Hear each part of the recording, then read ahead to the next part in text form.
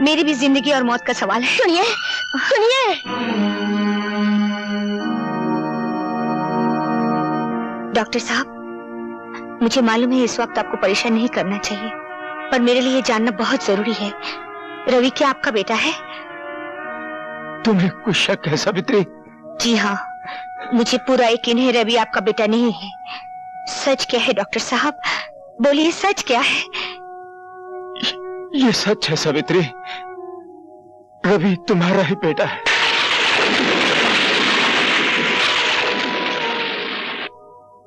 मगर अब इस सच्चाई को मेरे साथ ही मर जाने दो, नहीं तो तुम्हारे हरे भरे घर में आग लग सकती है।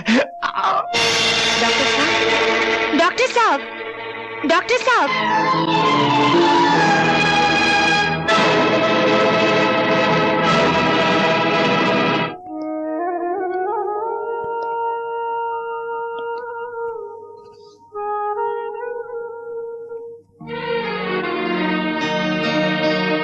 माँ के बाद आप ही मेरे सब कुछ थे, आप मुझे छोड़कर चले गए। मैं अनाथ हो गया पिताजी, मैं अनाथ हो गया।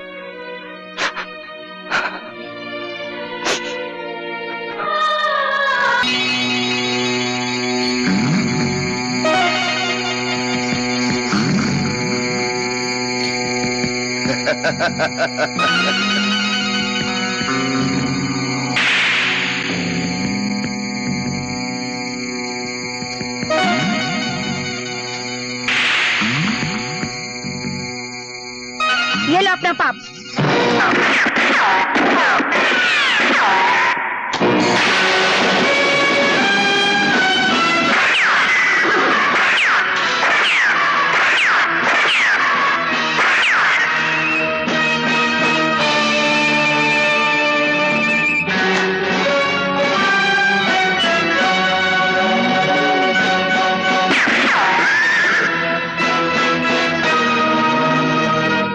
अब अपनी जान बगल में दबाकर भाग जाओ यहां से।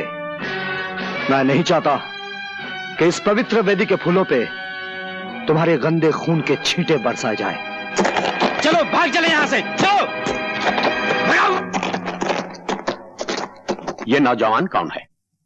लोग कहते हैं जब कहीं जुल्म की आंधी उठती है या किसी सुहागन का सिंदूर खतरे में होता है, यह नौजवान वहां पहुंच जाता है।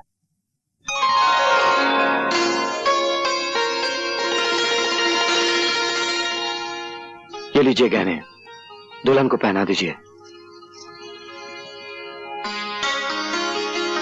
पंडित जी मंत्र पढ़िए। जो फेरे शुरू हो चुके हों वो कभी अधूरे रहने नहीं चाहिए।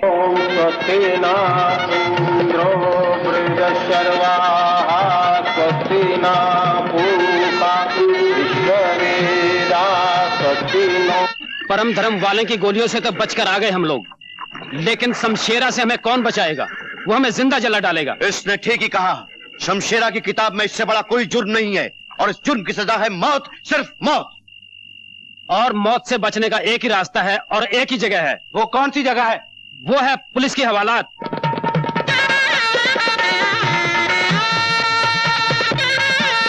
बधाई हो राय साहब, बधाई हो। शुक्रिया ठाकुर साहब। अरे वो फरिश्ता कहां गया जिसने हमारी बेटी की अमानत और इस गांव की इज्जत को लुटने से बचाया है? जुल्म से लड़ने के लिए जो लोग दूसरों की आग में कूदते हैं वो किसी धन या धन्यवाद का इंतजार नहीं करते राय साहब। चल दोस्त, फिर तूने अपना फर्ज अदा कर दिया। पता नहीं हर खतरे से पहले तुझे किस तरह पता चल जाता है। सुनिए, हम आपके एहसान का बदला तो नहीं चुका सकते। ये छोटी सी भेंट है, आप इसे स्वीकार कर लीजिए। जो मैंने किया है वो एहसान नहीं था, मेरा धर्म था, और धर्म अपना इनाम खुद होता है। उसे सोने चांदी के तराजू में तोलकर हमें शर्मिंदा ना कीजिए। लेकिन आपने ये तो नहीं बताया आपका नाम क्या है, कौन है आप? समझ लीजिए मैं एक राही हूं जिंदगी के सफर का, और ये मेरा दोस्त है जो मुझे रास्ता दिखाता है।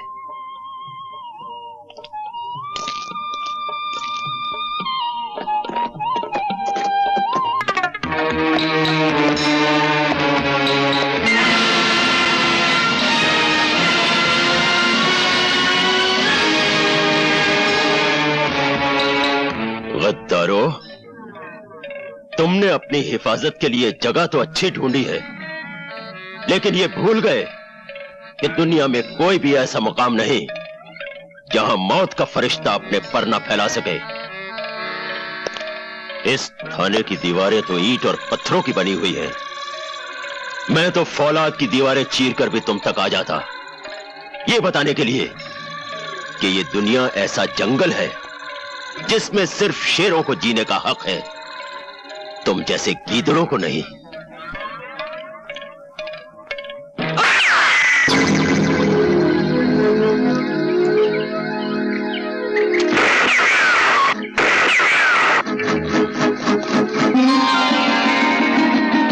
आप? गोली आपने चलाई? हाँ। क्यों? एक बहुत बड़ी चोरी हो गई। क्या? दिल। मैं तो कुछ और ही समझा था। किसने चुराया आपका दिल? जिंदगी के सफर की एक राहिनी, जिसकी राह ढूंढते ढूंढते मैं यहाँ तक पहुँच गई हूँ।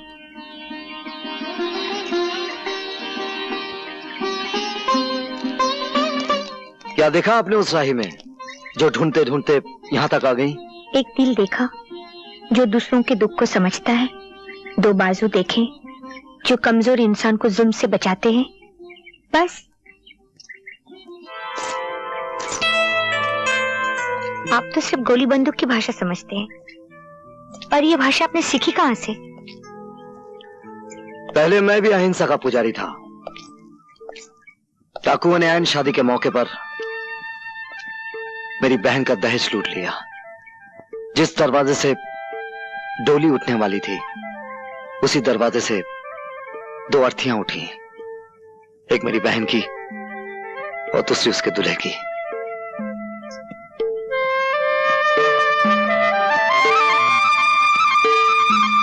लेकिन तुम जिसका ख्वाब देख रही हो कभी पूरा नहीं हो सकता। हो सकता है। नाजुक धागे की जगह विश्वास की मजबूत डोर बंधी होनी चाहिए। आप सिर्फ एक बार डोर तो थामिए।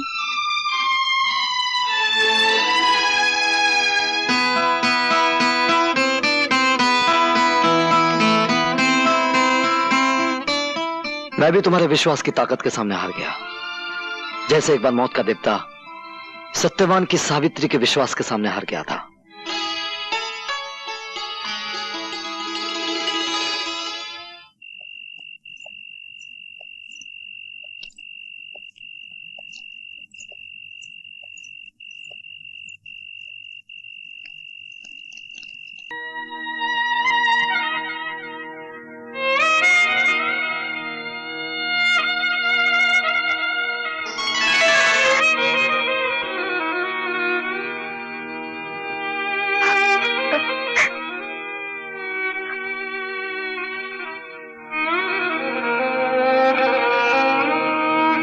सावित्री, हम दोनों के बीच जो कुछ भी हुआ है वो दो शरीरों की मांग नहीं थी, दो आत्माओं का मिलन था।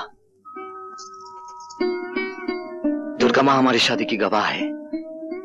मैं इसी वक्त तुम्हारे पिताजी के पास जाकर हमेशा के लिए उनसे तुम्हारा हाथ मांग लूंगा। तो मैं क्या समझूं, आपकी तरफ से शादी की बात पक्की हुई? क्या आपको मेरे वचन पे विश्वास नहीं? आपके वचन पे मुझे पूरा यकीन है, पर अपनी जिंदगी का भरोसा नहीं। उम्र को जब बुढ़ापे का दीमक लग जाता है तो इंसान को हर सांस आखिरी सांस मालूम होती है। मैं चाहता हूं आखिरी सांस लेने से पहले अपने हाथों से यह शुभ कार्य कर दूं, सावित्री को आपके घर पहुंचा दूं और खुद अपने घर चला जाऊं। जाने की इतनी जल्दी क्या है आपको? अभी तो आपको सावित्री के बेटे को गोद में खिलाना है। नाना के गोद में नहीं, दादी की गोद में खेलना है। मुंह मीठा कीजिए, आने वाली खुशियों की खुशी में।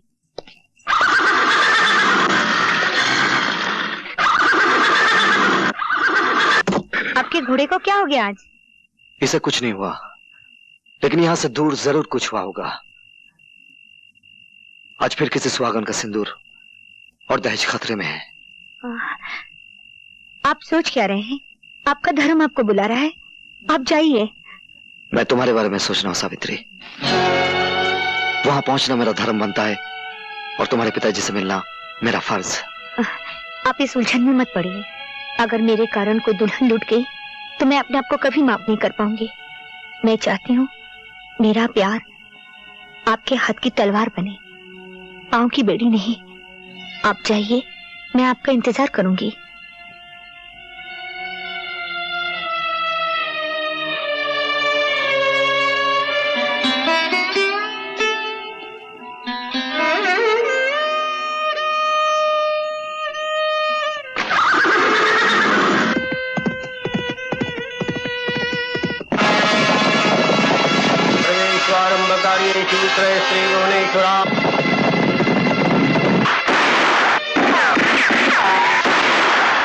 शर्मो, और तुम लोग खाली हाथ चले आए। लानत है तुम पर। डूब मारो चुल्लू में पानी में। विनायकं गुरुं बाणं ब्रह्म विष्णु महेश्वरान् सरस्वतीं प्रणम।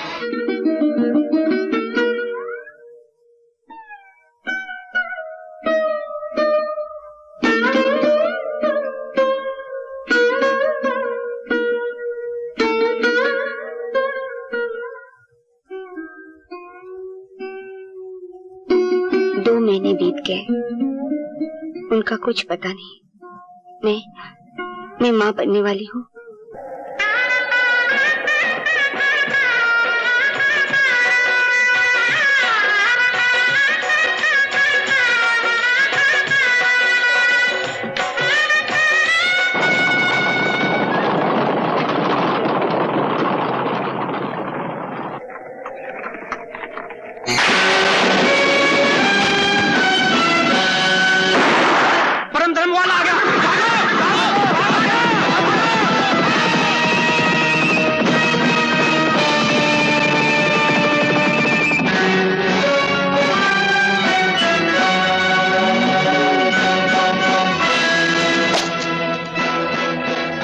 घबराने की कोई बात नहीं, सारे डाकू भाग गए। आप सफर जारी रखिए।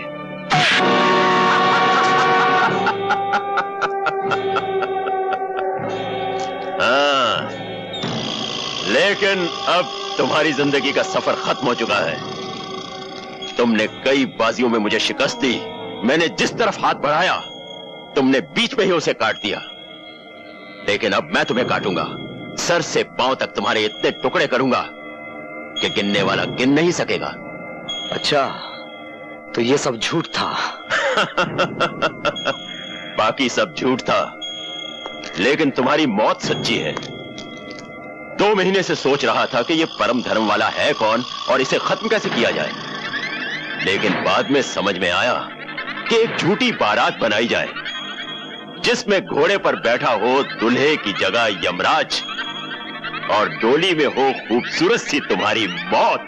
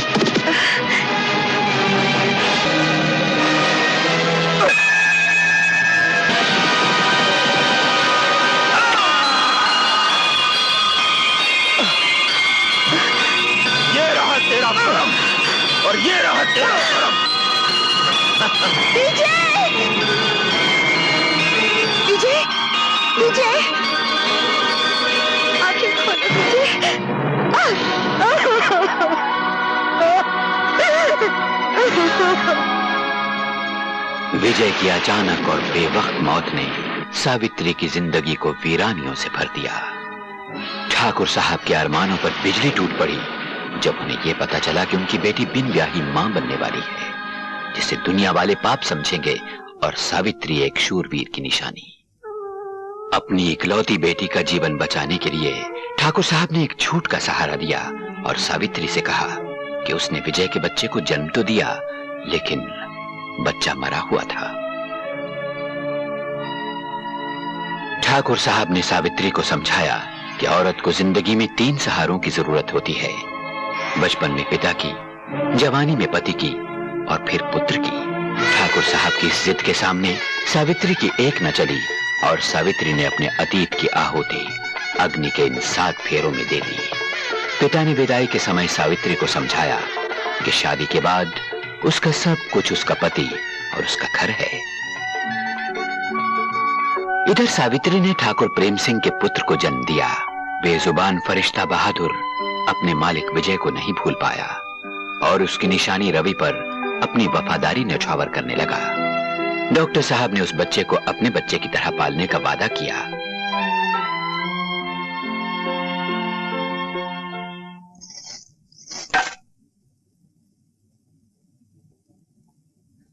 ये रुपए गरीबों में बांट दो। राजेश हमारी जिंदगी में इतनी खुशियां लाया है कि इसे हीरे और मोतियों में तोला जाए तो भी कम है। जाओ। चलो बेटा, केक काटे। लो। शाबाश।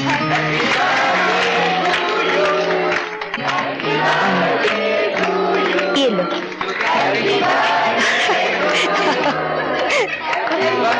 थोड़ा सा खा लो।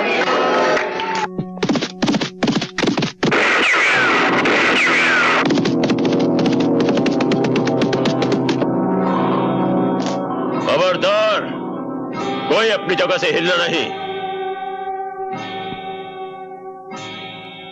सब जेवरात और पैसे निकालकर इस मेज पर रख दो, वरना जिस बच्चे का जन्मदिन मनाया जा रहा है, ये आज उसका आखिरी जन्मदिन होगा। नहीं। चलो।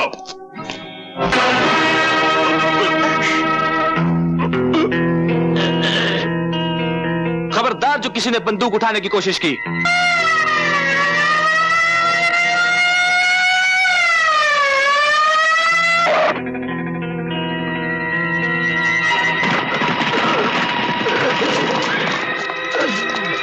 इंस्पेक्टर, गिरफ्तार कर लो इसे।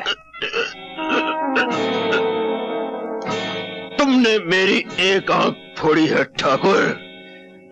तुम्हें अपनी दोनों आंखों के साथ जान से भी हाथ धोना पड़ेगा। मैं तुम्हें नहीं छोड़ूंगा ठाकुर, मैं तुम्हें नहीं छोड़ूंगा ठाकुर, मैं तुम्हें नहीं छोड़ूंगा।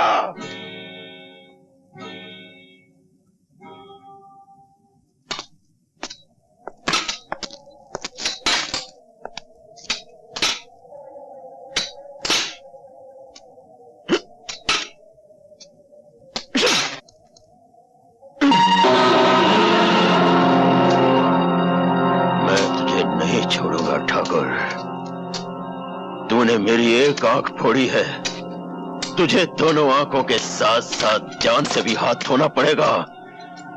नहीं छोड़ूंगा ठाकुर, नहीं छोड़ूंगा, नहीं छोड़ूंगा। ये क्या, मंदिर नहीं जाना?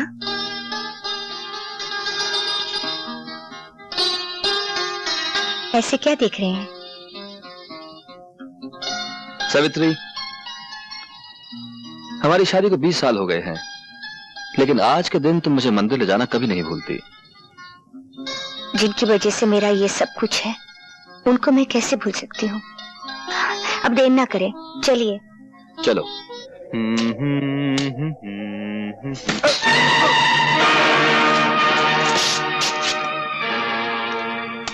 आज तुमने टांग अड़ाई है 144, फिर ना रोना कभी, नहीं तो उसे काट कर तुम्हारी गर्दन के साथ बांध दूंगा। तूने भी आज जवान लड़ाई है छोकरे, दोबारा नहीं लड़ाना, वरना इसे जबाड़े में से निकालकर चील और कौवों को डाल दूंगा। हाँ। तुम जानते नहीं, मेरा नाम शक्ति सिंह है, और शक्ति सिंह जिस जेल में जाता है, वहां का जेलर या तो इस्तीफा दे देता है या किसी दूसरी जेल में तबादला करवा लेता है। हमारा रिकॉर्ड भी कुछ तुमसे बुरा नहीं है। हम भी जिस जेल में जाते हैं, जेलर की हुकूमत सिर्फ जेल के दफ्तर में होती है, जेल के अंदर हुकूमत शमशेरा की चलती है। हर कैदी को हदायत है कि जब भी शमशेरा के सामने से गुजरे पहले झुक के सलाम करे और फिर आगे बढ़े। और हमारे सर को शमशेरा ना ही झुकने की आदत है ना ही सलाम करने की। तुम में इतनी ताकत है तो इसे झुका के दिखा दे। मैं इसे झुकाकर भी दिखा दूंगा और काटकर भी दिखा दूंगा।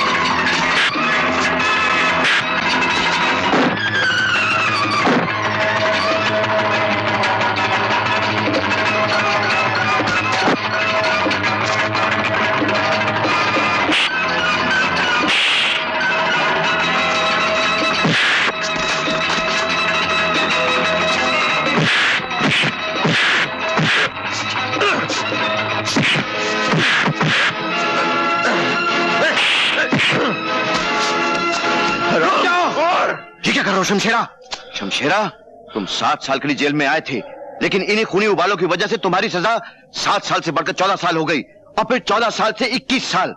कल तुम्हारी रिहाई का दिन है, कहीं ऐसा ना हो कि रिहाई का मुंह देखने के लिए फिर तुम्हें बरसों लग जाएं। शमशेरा ने पहली बार अकल की बात सुन भी ली और मान भी ली। नौजवान जाओ, तुम्हारी किस्मत अच्छी है।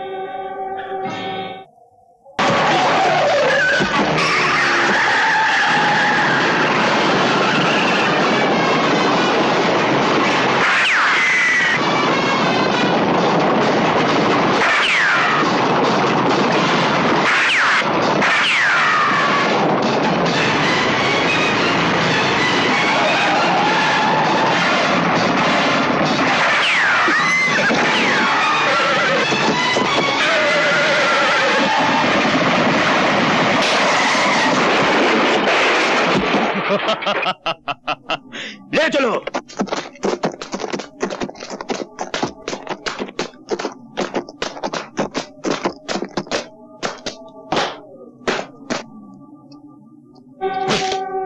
पहचाना मुझे?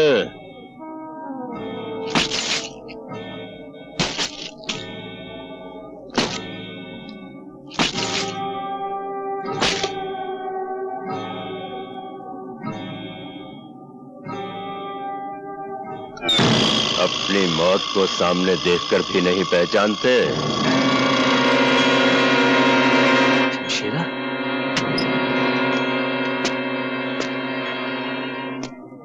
मैंने तुम्हारा दिया हुआ यह जख्म अपने सर आंखों पर रखा है। बरसों जेल में पत्थर तोड़े हैं ताकि जिस दिन तुमसे मुलाकात हो तुम्हारा हिसाब चुकता कर सको। आज वो दिन आ गया है ठाकुर। इसे पहचानते हो?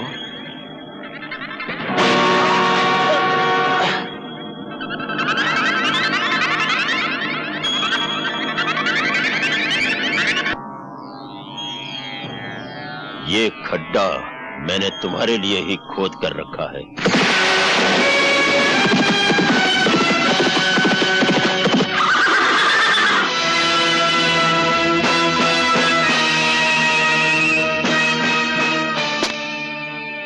जो दूसरों के लिए खड्डा खोदता है वो खुद उसी में आकर गिरता है। जिन बच्चों के अभी दूध के दांत भी न टूटे हों उन्हें इस तरह उछलकर मर्दों की तरह बात नहीं करनी चाहिए। मर्द तो मैं हूं, वो भी असली, और बेटा भी मर्द का। कहो तो मर्दानगी के 2-4 नमूने पेश करूं? ठहरो।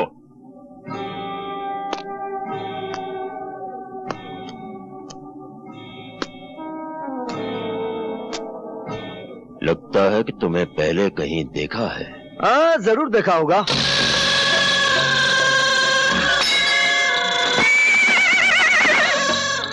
लो, बहादुर भी हाँ कह रहा है। अच्छाई बुराई की मुलाकात तो हर युग में होती है, फिर वही होता है जो हमेशा से होता आया है। बच्चे, हम कोई मामूली बला नहीं। जहां बुराई खत्म होती है हम वहां से शुरू होते हैं। अगर तुमने मां के पेट में ही सुन लिया होता कि हमारा नाम राजा शमशेर सिंह उर्फ शमशेरा है तो शायद तुम पैदा होने से ही इनकार कर देते। फिर तो गया खड्डे में। क्या मतलब? मुलाकात तो होनी ही थी। विधाता के लिखे को कौन मिटा सकता है? रावण था तो राम थे, कंस था तो कृष्ण थे, दुर्योधन था तो धर्मपुत्र थे, राजा है तो रवि है। थोड़ी देर में दुनिया कहेगी कि रवि था और राजा है। हमने बड़े बड़े कर्मवीर देखे, धर्मवीर देखे, परमवीर देखे, शूरवीर देखे, लेकिन शब्दवीर पहली बार देखा। हमने भी बड़े बड़े राजा देखे, गलियों का राजा देखा, सड़कों का राजा देखा, भिखारियों का राजा देखा, लेकिन आज पहली बार कब्रिस्तान का काना राजा देख रहा हूं। देखो मिस्टर कान्या, मारा मारी से पहले एक शर्त है। जो खड्डे में पहली बार गिरेगा वो अपने हाथों से मिट्टी समेट कर अपने आप को दफन कर लेगा। मंजूर? मुझे मंजूर है।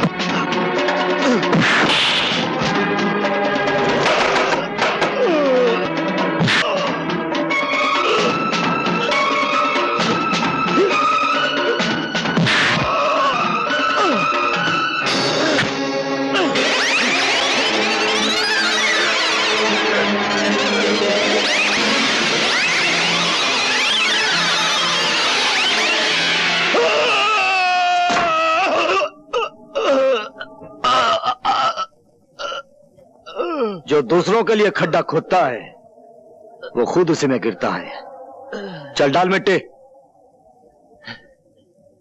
बेटा इसे माफ कर दो। चल आज तुझे माफ किया, ये तेरी पहली गलती थी। और एक बात सुन ले, अगर बुराई तेरा कर्म है तो अच्छाई मेरा परम धर्म है।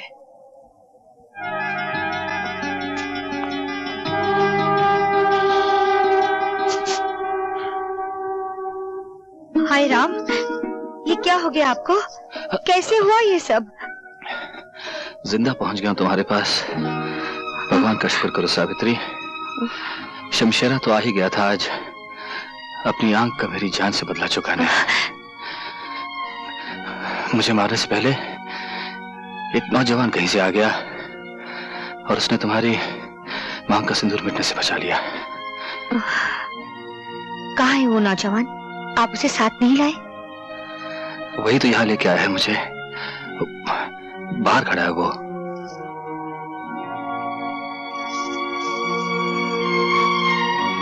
भगवान तुम्हें बहुत कामयाबी दे बेटा।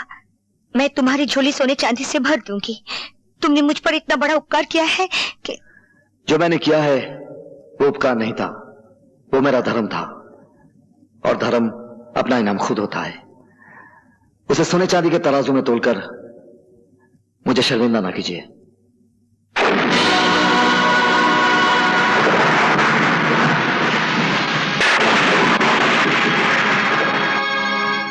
मैं चलता हूं। उनकी देखभाल के लिए किसी डॉक्टर को बुला लीजिए।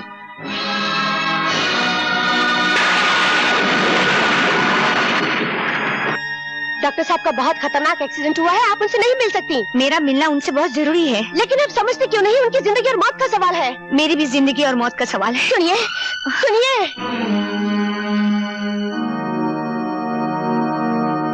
डॉक्टर साहब, मुझे मालूम है इस वक्त आपको परेशान नहीं करना चाहिए, पर मेरे लिए जानना बहुत जरूरी है। रवि क्या आपका बेटा है? तुम्हें कुछ शक है सावित्री? जी हाँ, मुझे पूरा यकीन है रवि आपका बेटा नहीं है। सच क्या है डॉक्टर साहब? बोलिए सच क्या है? ये सच है सावित्री, रवि तुम्हारा ही बेटा है।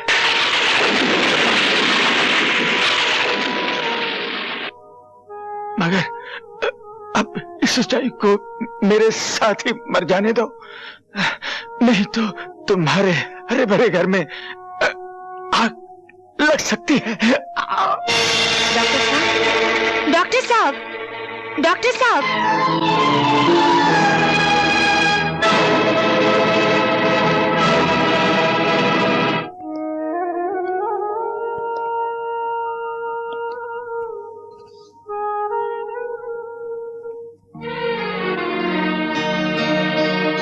माँ के बाद आप ही मेरे सब कुछ थे। हम मुझे छोड़कर चले गए। मैं अनाथ हो गया पिताजी, मैं अनाथ हो गया।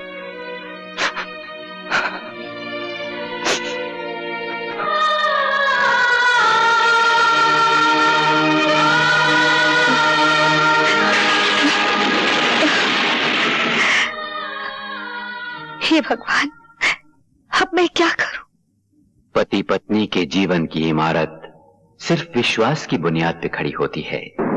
सावित्री, जिस दिन प्रेम को पता चल गया कि तुम उसके विश्वास की आंखों में धूल झोंकती रही हो, तो इस इमारत को गिरने से कौन बचा सकेगा?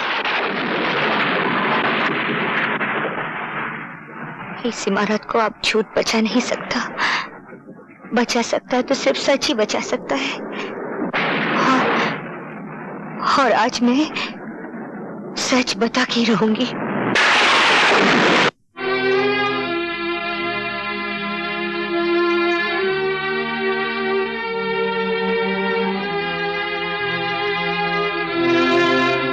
क्या बात है सावित्री?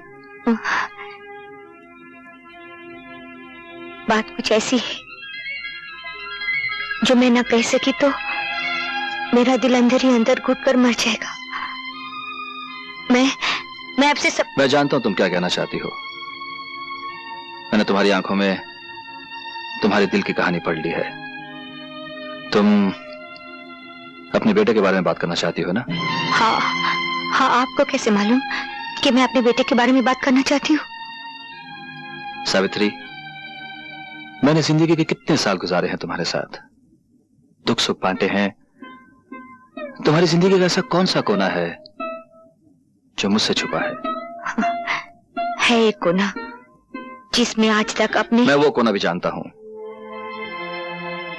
उसका नाम है रवि। रवि? क्या बताया रवि ने आपको? उसने बताया कि तुम डॉक्टर को मिलने गई थी। डॉक्टर ने तुमसे कुछ कहा और दम तोड़ दिया। वो बिलक बिलक कर रोने लगा और तुमने उसके सर पे अपना हाथ रख दिया। और क्या कहा रवि ने? उसने कहा जब अपना हाथ तुमने उसके सर पर रखा तो उसे ऐसे लगा जैसे उसकी मां वापस आ गई हो।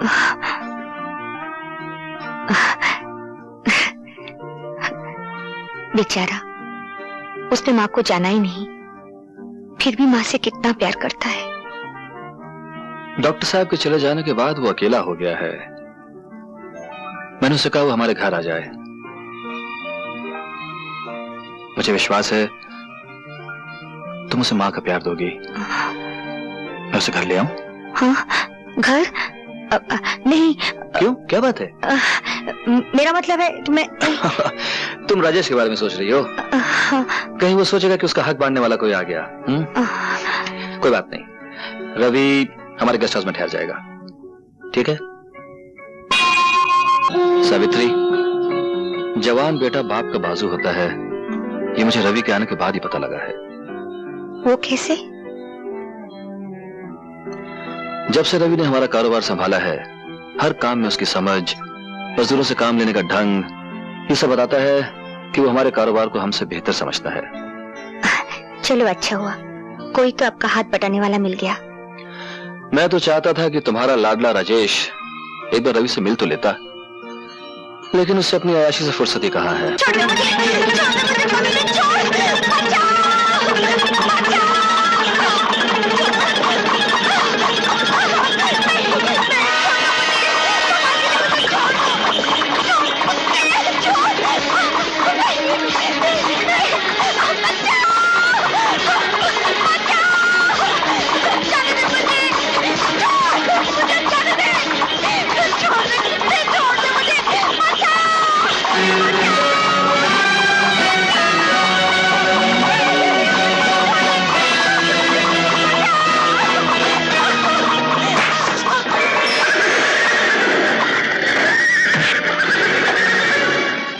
कौन हो तुम जो मेरे और मेरे शिकार के बीच में आके खड़े हो गए हो? शिकार का इतना ही शौक है तो जंगल में जाओ और किसी शेर का शिकार करो। कमजोर लड़कियों पर हमला करने वाले को शिकारी नहीं कहते। मालूम होता तुम्हारे मुंह में जो जबान है जरूरत से ज्यादा लंबी है, उसे काट के छोटी करनी पड़ेगी।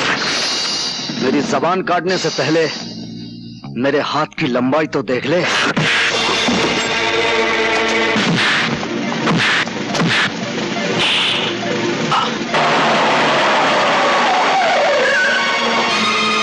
राजेश, राजेश, ये क्या हो रहा है? बेटी, यही हो रहा भी है। उस दिन जिसने शमशेरा से तेरे पिता की जान बचाई और अब हमारे कारोबार में इनका हाथ बटा रहा है। तो यूं कहो माँ कि ये हमारा नया नौकर है जो हमारे टुकड़ों पर पलकर अपनी औकात भूल रहा। राजेश, रवि, तुम बताओ क्या हुआ? आप इन्हीं से पूछ लीजिए। मैं जानता हूं गलती तुम्हारी ही होगी राजेश। चलो हाथ मिलाओ इसके साथ। मैं नौकरों से हाथ नहीं मिलाता।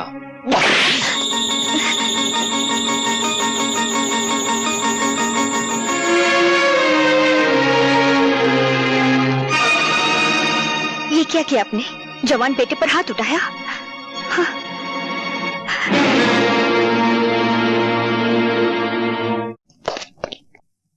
आपने मुझे बुलाया ठाकुर साहब? हाँ, वो बंजारे लोग आए हैं, उनको मेला लगाने की जगह दे दो। पिलराम, पिलराम, जो हुकुम, जो हुकुम। बंजारे, मैना, पिताजी, पिताजी दरवाजा खोलिए पिताजी, हमारी किस्मत का दरवाजा भी खुल गया है। खाना बदोश लोग आ गए पिताजी। पिताजी, पिताजी, अरे आज सुबह सुबह बेहोश हो गए क्या?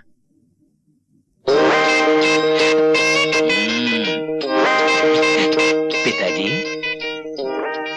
पेलो, होश से काम लो, जोश से नहीं। सवेरे सवेरे तुमने सारे घर की छत सर पे उठा रखी है। तुम अच्छी तरह जानते हो कि तुम्हारे दादाजी को अखबार पढ़ते वक्त शोर बिल्कुल पसंद नहीं। ये सुबह सुबह शोर कैसा है झेलू? पिताजी, पिताजी, आपका पेलू आया है।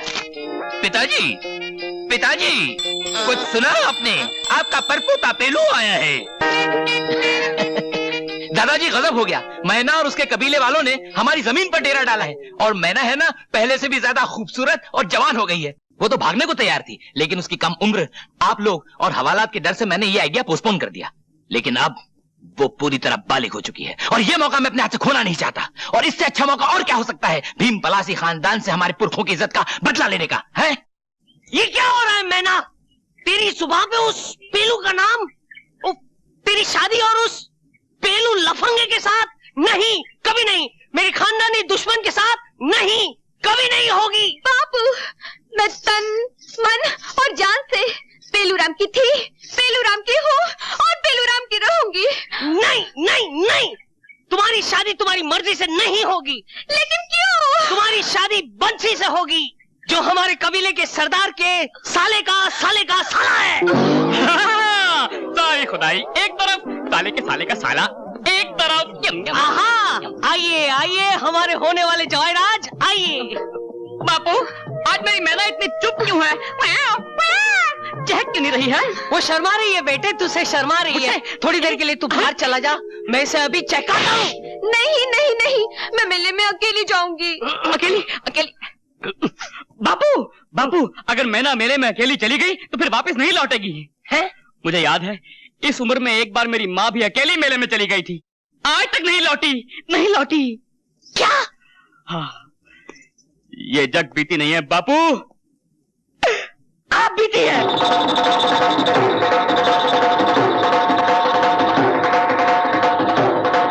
आओ आओ गुलफाम, आओ मेहरबान, शहनशाह जहान, मेरे रुस्तमे जमाल, आओ और आके मुझसे पंजा लड़ाओ और अपनी मर्दानगी आजमाओ।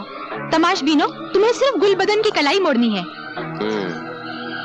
इस मुकाबले का कुछ इनाम भी है क्यों नहीं? अगर हारोगे तो जितना माल तुम्हारी जेब में सब बिजली का, और अगर जीतोगे तो जितना माल मेरी जेब में सब तुम्हारा। फिर तो हम देखेंगे कि तुम्हारी जेब में कितना माल है।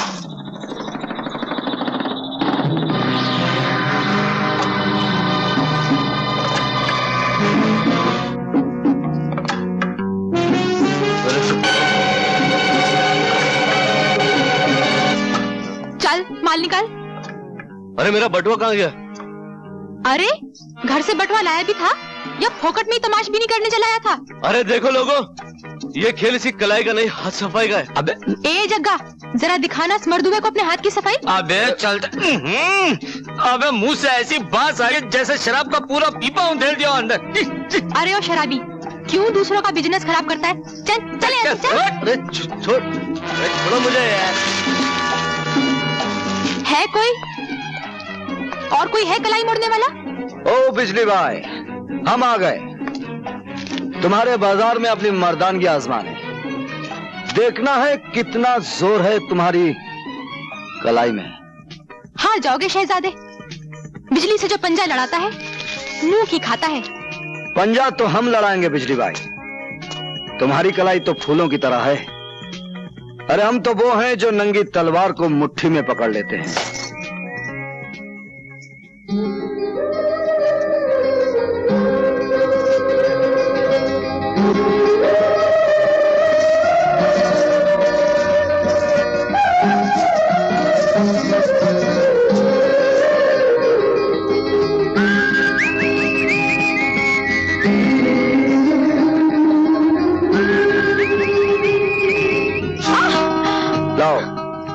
अपनी जेब का माल निकालो।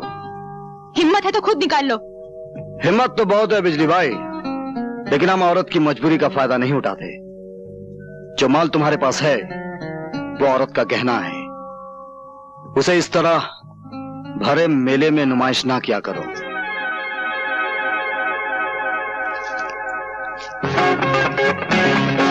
अरे जग्गा, वो भाषण देने वाला तो बड़ा चालू निकला।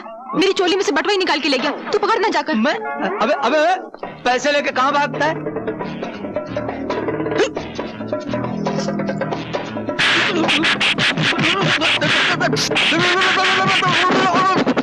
मेले में नहीं जाएगी।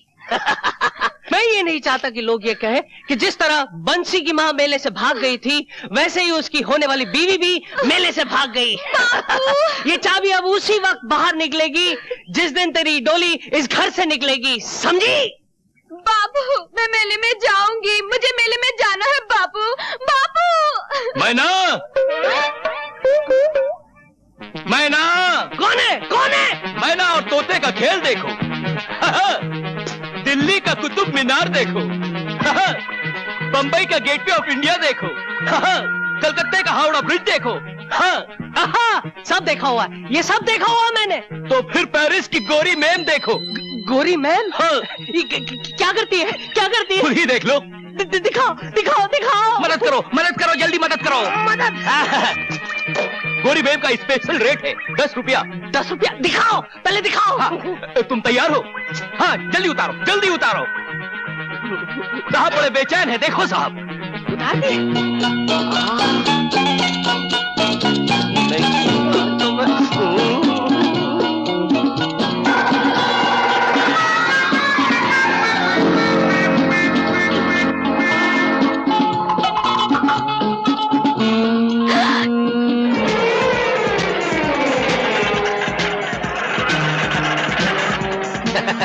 देखा मैं ना, तेरे बाप को तो मैंने ऐसा काम पर लगाया है कि रात भर बाइस्कोप देखता रहेगा।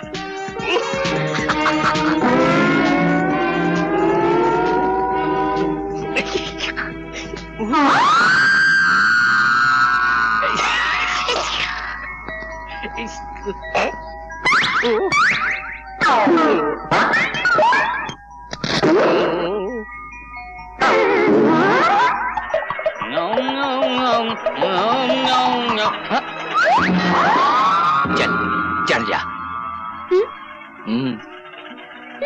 अरे ओ घोड़े पर। हाँ, और कहा। चल, बहुत मजा आएगा। अरे ये तो मैना है, मगर साथ में कौन है? पेलूराम तो नहीं हो सकता। मेरी मैना को तो भीम पलासी ने कमरे के अंदर बंद किया था और बाहर से ताला लगाया था। लकड़े की काठी, काठी पे घोड़ा, घोड़े की क्या, हाँ, दुम पे जो मारा हथौड़ा। कदम कदम पर घर वालों ने निगहबानी की, फिर भी ताला तोड़कर मैना उड़ गई। खैर हो इस जवानी की। तो फिर तू कौन है? मैं हूँ तेरा जीजा बेलूराम, वल्द ठेलूराम, वल्द ठेलूराम, वल्द खेलूराम।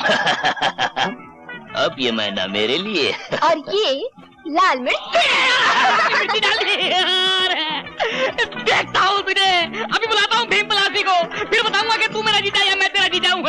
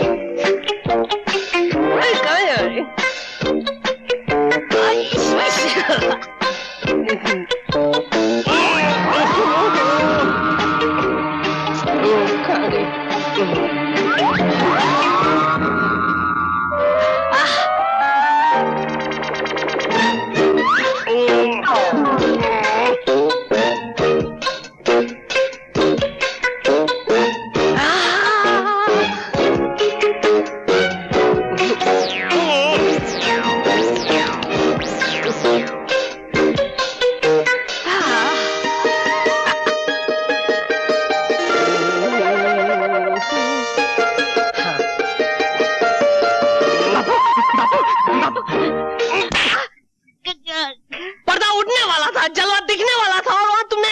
बापू इधर तुम बाइस्कोप देखते रहो, बाइस्कोप। उधर मेले में मैंने का सिनेमा स्कोप हो जाएगा। क्या बकते हो? चाबी मेरे पास है। चाबी? अरे किधर? कदम कदम पे निगहबानी की, पिंजरा तोड़ के उड़ गई मैना। खैर हो जवानी की।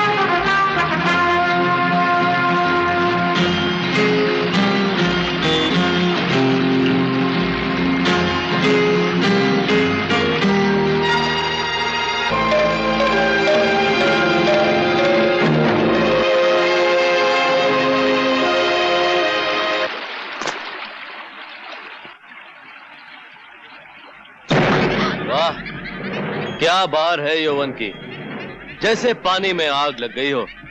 भूल गए उस दिन की हार? नहीं भूला, इसीलिए तो यहाँ आया हूँ उस दिन का फैसला करने। तुम भी अकेली हो, मैं भी अकेला हूँ। आज पंजा लड़ा लो तो मजा आ जाए।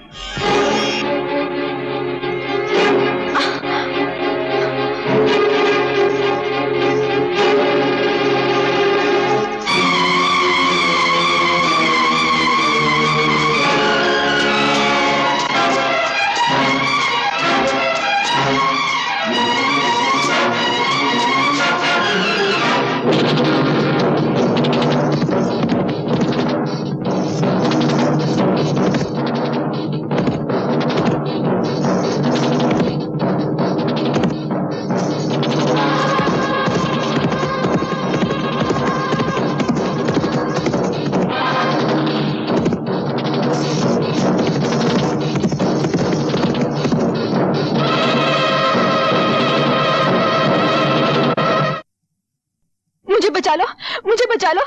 एक जानवर मेरे पीछे पड़ा है, वो मेरी इज्जत लूटना चाहता है। फिर आके खड़े हो गए मेरे और मेरे शिकार के बीच में। तुम्हारे हाथों को जुल्म करने की आदत पड़ गई है, तो मेरे हाथों को जुल्म से लड़ने की आदत पड़ गई है। आज मैं तुम्हारा किस्सा हमेशा के लिए खत्म कर देता हूं।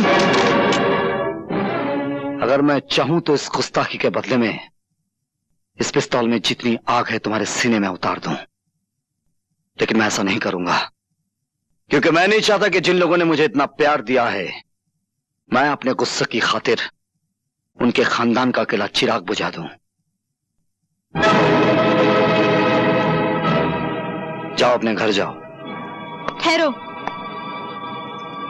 जाने से पहले एक नजारा तो देखते जाओ।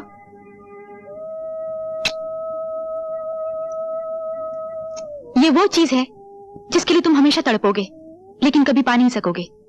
मैं क्या कर सकता हूं ये तुम्हें मालूम नहीं खाना बादोश।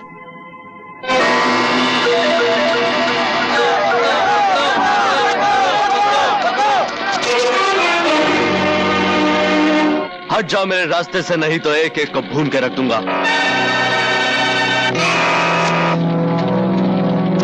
इसको रस्सी में बांध कर इसी की लगाई आग में डाल दो। सुनो मुझे,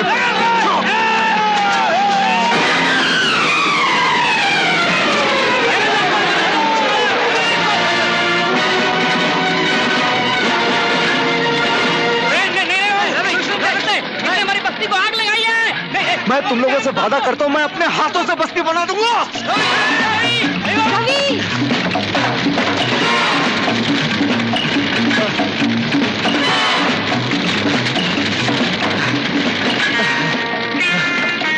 जा, तुम निकल जा।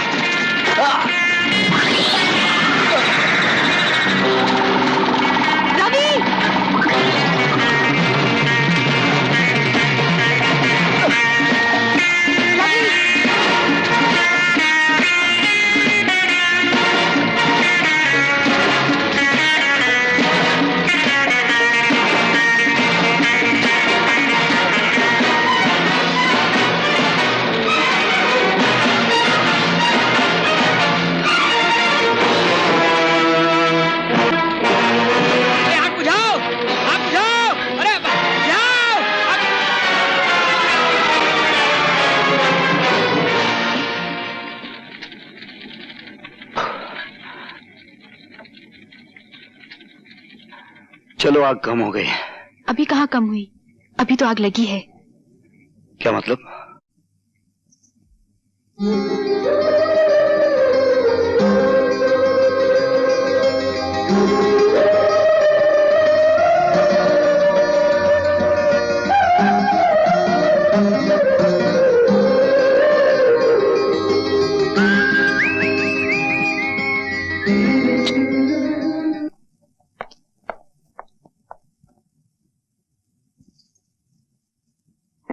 क्या कर रहे हो राजेश? तुम्हारा हार देख रहा हूं माँ, बहुत खूबसूरत है। ये हमारे खानदान का 9 लाखा हार है। पहले इसे मेरी सास ने पहना, अब मैंने पहन रखा हुआ है, आगे चलकर हमारी बहू पहनेगी। ये क्या कर रहे हो राजेश? इसे लेकर कहाँ चल रही है? तुम्हारी बहू के गले में डालने के लिए। तुम इतने गिर गए हो कि आज तुम्हारा हाथ माँ की गर्दन तक पहुँच गया। जो आदमी नजरों से गिरा दिया गया हो, उसे क्या मालूम उसके हाथ क्या कर रहे हैं और पांव कहां जा रहे हैं। राजेश सुनो, करती तो ना सही, खैरात ही दे दो। मैं भूखा जरूर आया हूं यहाँ, लेकिन भूखा जाऊंगा नहीं। छोड़ दे मुझे, छोड़ दे। बहुत हो गया तुम्हारी बदतमीजी का तमाशा। मैं बर्दाश्त नहीं कर सकता कि किसी मर्द का हाथ एक कमजोर औरत पर उठे, चाहे वो औरत वेश्या ही क्यों ना हो। सुन लो दोस्त, तुम वैश्य के जीने पर तो चढ़कर खुद आए थे, लेकिन जाओगे 4 कंधों पर सवार होकर।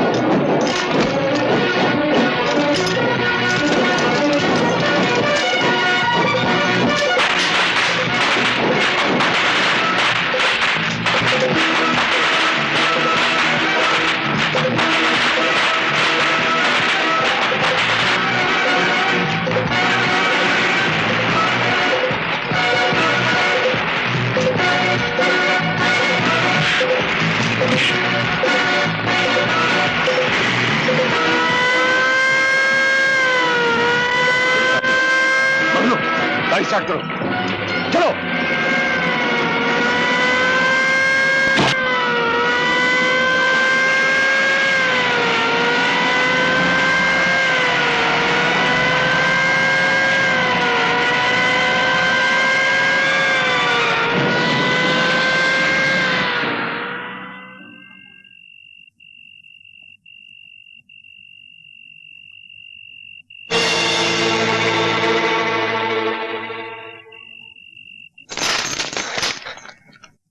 शमशेरा, तुम? हाँ, उस दिन जेल में जो हमारा तुम्हारा मुकदमा शुरू हुआ था, मैं चाहता हूं कि आज उसका फैसला हो जाए। तुम्हारे सामने बंदूकें भी पड़ी हैं और तलवारें भी, जो चाहे हथियार उठा सकते हो। नहीं शमशेरा, नहीं। तुमने अभी अभी मेरी जान बचाई है पुलिस से। मैं सब कुछ कर सकता हूं, तुम पर हाथ नहीं उठा सकता। हाथ उठा नहीं सकते, बढ़ा तो सकते हो। हमें तो तुम्हारी दुश्मनी भी अच्छी लगती थी और अब दोस्ती भी अच्छी लगती है। फिर एक बात बताओ दोस्त, मैं तो उस मोहल्ले में अपनी जान से मिलने गया था, तुम वहां क्या कर रहे थे? मैं अपने एक दुश्मन का पीछा कर रहा था जो उसी कोठे पर गया था। ओह, इससे तो यही जाहिर होता है कि हम दोनों का एक ही दुश्मन है। दुश्मन ने हमारी दोस्ती की जंजीर में एक कड़ी और जोड़ दी है। दुश्मनी वो आग है जिसमें दोस्ती का लोहा तपकर फौलाद बनता है। इसी बात पर एक बार फिर से मिलाओ हाथ।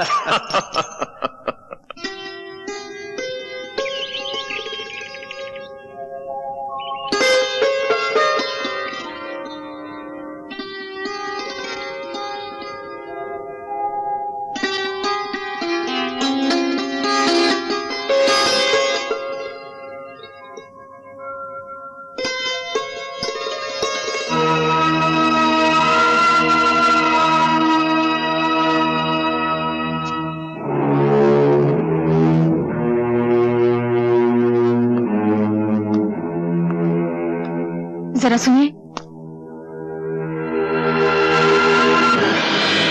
अपनी अमानत तो लेते जाइए। अमानत? हाँ, जिस चीज को आप लेने आए थे उसे यही छोड़कर चले जाएंगे आप?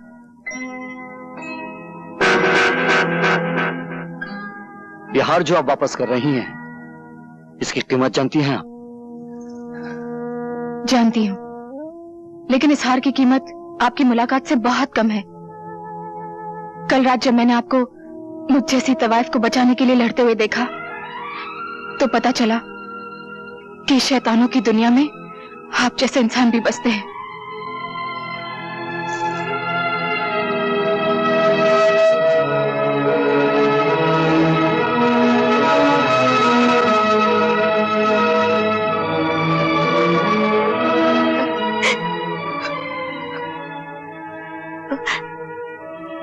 लो मां, अपना खानदानी हार।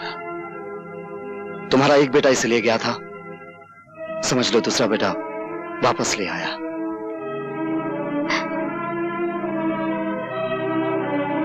हार तो तुम ले आए हो, लेकिन इस खानदान की इज्जत कब वापस आएगी? मैंने सुना है मेरा राजेश पागल हो गया उस नाचने वाले के लिए। जिस तरह आज हाल ले आऊं मां, उसी तरह एक दिन राजेश भी आएगा। तुम्हारी आंखों से जो मोतियों की लड़ियां गिर रही हैं, उसके एक एक दाने पे मैं अपने खून की आखिरी बूंद तक कुर्बान कर सकता हूं।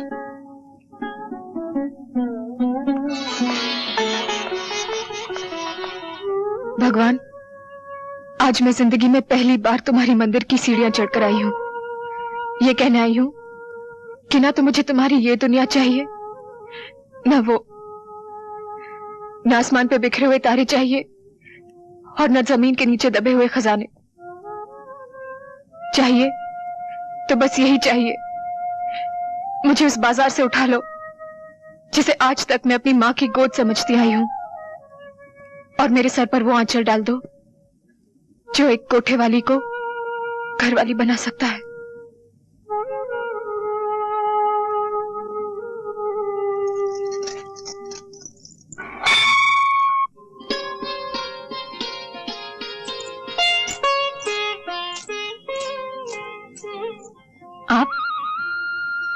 तुम्हारे लिए एक छोटी सी भेंट लाया हूं, इसे कबूल कर लोगी तो समझूंगा मेरे जीवन को अर्थ मिल गया है। जीवन का अर्थ ही तो ढूंढने आई थी आज मैं मंदिर में। मुझे नहीं मालूम था कि देने वाले के हाथ इतने बड़े हैं कि भीख मांगने वालों की झोलियां छोटी पड़ जाती हैं। इसे घर जाकर खोलना। समझ लो मैं जो लाया हूं वो एक सपना है, पूर्णिमा की पिघलती हुई चांदनी का बना हुआ।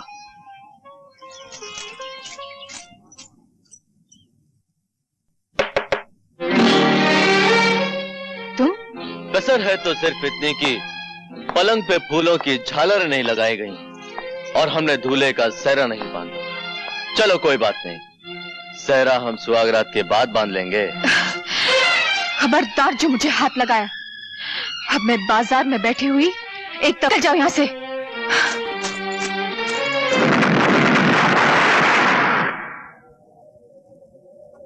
शाबाश, आज रवि की जिंदगी का आखिरी दिन है। उसकी जीप यहां से गुजरेगी तो धमाके में उसकी जान और मेरा इंतकाम दोनों खत्म हो जाएंगे।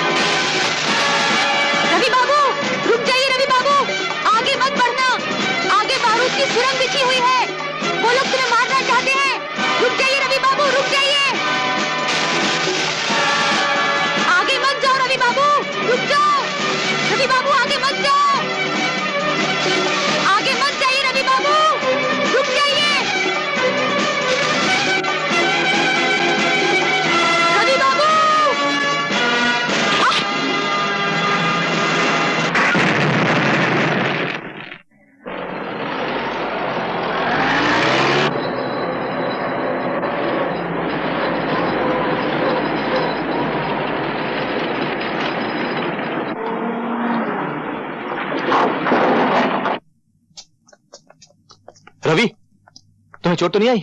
जिन्हें मैं वक्त पे कूद गया था, लेकिन जीप बिल्कुल खत्म हो गई। अरे तुम्हारी जान जीप से कहीं ज्यादा कीमती है। लेकिन ये हरकत की किसने? आपके लाडले बेटे राजेश ने।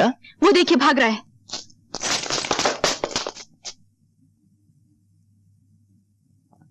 मुझे बचा लो माँ, मुझे बचा लो। आज तुम्हें कोई नहीं बचा सकता। क्या हुआ? क्या किया है मेरे राजेश ने? आज ये एक ही छलांग इंसानियत की आखिरी हद से गुजर गया है। तुम जानती हो, आज इसने रवि की जान लेने की कोशिश की। रवि की? क्या ये सच है? यही सवाल जब अदालत में इससे पूछा जाएगा तो ये कह नहीं सकेगा कि ये झूठ है। सवाल तो आज मैं अपने आप से कर रहा हूं कि मैंने ऐसे बेटा मांगा क्यों था। मैं तो अपनी वसीयत में लिख जाऊंगा कि मेरी चिता को नीच से नीच आदमी आग दे, मगर ये अधिकार मेरे बेटे को ना मिले। मुझे ये अधिकार चाहिए भी नहीं। चाहिए तो सिर्फ अपना वो हक चाहिए जो आपने एक सगे बेटे से छीनकर एक बेगाने को दे दिया है। मेरा जुर्म ये नहीं कि मैंने रवि की जान पे हमला किया, मेरा जुर्म ये है कि मेरा हमला नाकाम रहा। आपने मुझे बुलवाया था साहब? आइए इंस्पेक्टर साहब, इसे गिरफ्तार कर लीजिए। इसने रवि की जान लेने की कोशिश की है। ठाकुर साहब, तुम देख रही हो माँ, पिताजी मेरे साथ क्या सुलूक कर रहे हैं। जो आज हुआ है बेटे, वो कई साल पहले हो जाना चाहिए था। गलती तो हमारी है जो हमने जहर के पौधे को दूध से सींचा। इंस्पेक्टर साहब, ले जाइए इसे। ठीक है। इसे एक मौका दे दीजिए, ये सुधर जाएगा। ले जाइए इसे इंस्पेक्टर साहब।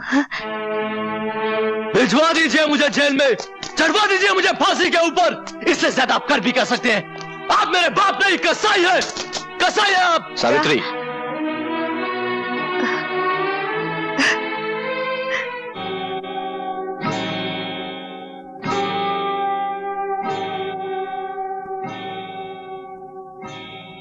क्या खबर लाए मंगलू? सरदार, प्रेम सिंह के बेटे राजेश ने रवि को मारने की कोशिश की, इसलिए प्रेम सिंह ने राजेश को पुलिस के हवाले कर दिया। यह तो हमारे लिए बहुत बड़ी खुशखबरी है। अब शमशेरा बेटे को पुलिस से आजाद करा के उसे उसके बाप ठाकुर प्रेम सिंह को मारने के लिए इस्तेमाल करेगा और फिर ठाकुर प्रेम सिंह की चिता तैयार करेगा शमशेरा और उसमें आग लगाएगा उसका बेटा राजेश।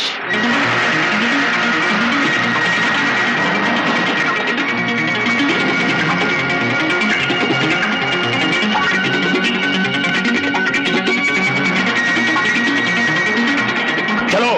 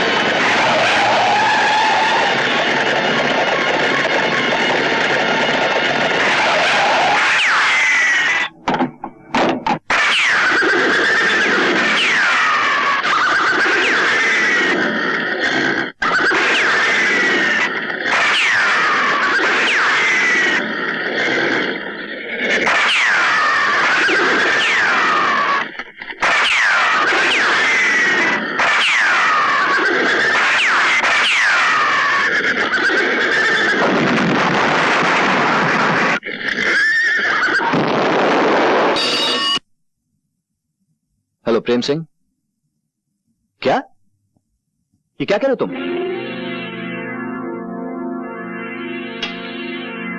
क्या हुआ?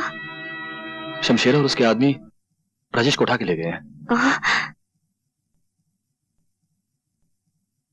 नौजवान, तुम्हारे दिल में यह सवाल उठ रहा होगा कि मैंने तुम्हें क्यों बचाया है। जवाब सुनने के लिए मैं सर से पांव तक कान बन गया हूं। मेरा एक रिश्ता तुम्हारे बाप से है और दूसरा तुमसे। तुम्हारे बाप से मेरी पुरानी दुश्मनी है और तुम्हारी कहानी उस दुश्मनी से भी बहुत ज्यादा पुरानी है। डैडी से आपकी दुश्मनी क्यों है मैं जानता हूं, नहीं जानता तो दूसरी कहानी नहीं जानता। 20 साल पहले मेरा इकलौता बेटा मर गया था। तुम्हें सामने देखा तो मुझे लगा जैसे मेरा बेटा ही वापस आ गया हो। अगर आज वो जिंदा होता तो तुम्हारी ही उम्र का होता। उसके खून में भी जवानी की आग भड़क रही होती, आंखों से शोले लपक रहे होते, मेरे दुश्मनों को जलाकर राख कर देने के लिए। अगर तुम्हारे बाप से मेरी दोस्ती होती तो मैं उसे कहता कि मेरा सब कुछ ले लो, लेकिन अपना बेटा मुझे दे दो। आप अपने दुश्मन के बेटे को अपना बेटा बनाने के लिए तैयार हो जाते? तैयार ही नहीं, बेकरार हूं। और सोचो तो अपने आदर्शवादी बाप के पास तुम जाकर करोगे भी क्या? वो फौरन तुम्हें पुलिस के हवाले कर देगा। कत्ल की कोशिश के इल्जाम में तुम्हें कम से कम 10 साल की सजा तो होगी ही। जेल से बाहर निकलोगे तो तुम्हारी जवानी ढल चुकी होगी। खून में भड़कते हुए शोले बर्फ से भी ज्यादा ठंडे हो चुके होंगे। जिंदगी का जुलूस चल तो रहा होगा, लेकिन शमशान की तरफ जाती अर्थियों की तरह। मुझे बचा लीजिए अंकल, बचा लीजिए। अपने मरे हुए लड़के के सदके मुझे अपने आप से अलग मत कीजिए। कैसे कर सकता हूं बेटे? अपने जिस्म से अपनी जान को कौन अलग कर सकता है? और फिर मेरी जान तो पूरे 20 साल के बाद वापस आई है। अरे तू क्यों रो रहा है? क्यों रो रहा है? मंगलवार रात को 8 बजे बारात लेकर आ जाना, मैं तेरी शादी मैना से करवा दूंगा। मंगलवार रात को 8 बजे। आगे बारात आ गई, बारात आ गई। चलिए हाँ चलो, आइए जवाहराज आइए। अरे नहीं, संभालो। ठीक है। अरे दूसरी बारात कहाँ से आई? ये कौन है? ये कैसे हो सकता है? लेकिन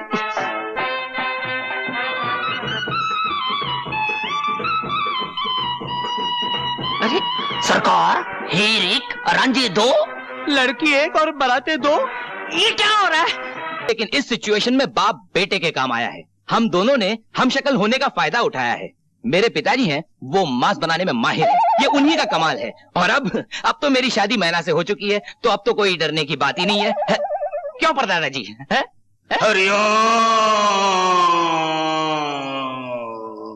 जहाँ चार यार मिल जाए वहीं कर दे चमत्कार। जहाँ चार यार मिलके वो चाल चले, अरे मिलके वो चाल चले, दुश्मन सब हाथ मल पार करे, ऐसा हो जाए बेड़ा पार। जहाँ चार यार ला ला ला ला ला ला ला ला ला ला ला ला ला ला ला ला ला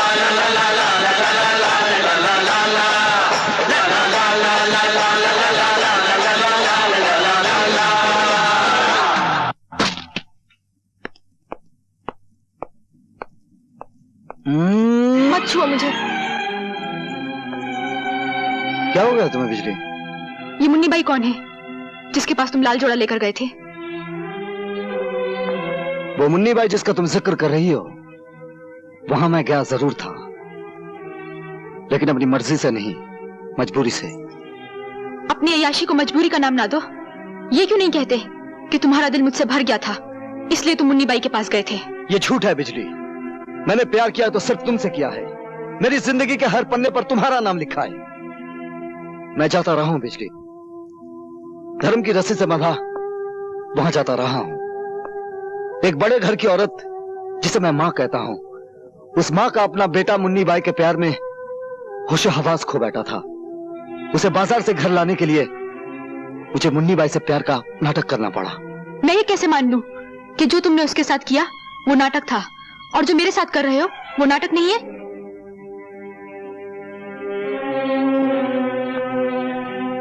मेरी आंखों में आंखें डालो और होंठों पे होंठ, तो मैं खुद ब खुद पता चल जाएगा कि मैं सच कह रहा हूं या झूठ।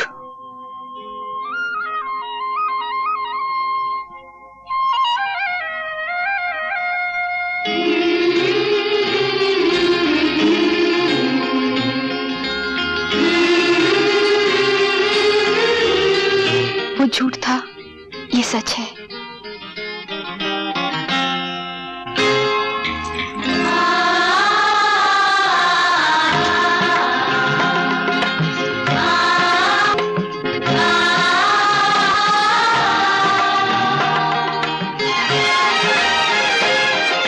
अब तो यकीन आया ना, मैंने उसे जो कुछ भी दिया था वो छलावा था। वो सुहाग की साड़ी, वो मांग का सिंदूर, वो लाल चूड़ियां।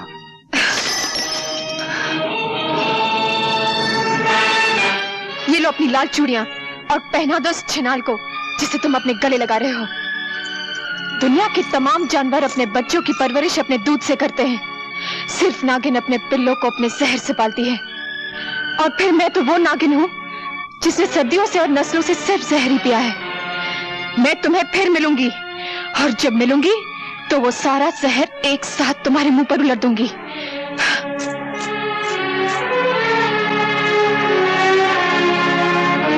शक्ति सिंह,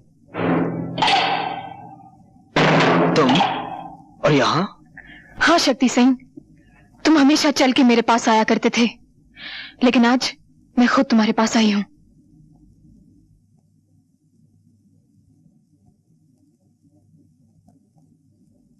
प्यासा पहले कुएं के पास आया करता था, आज कुआं चल के प्यासे के पास आया है।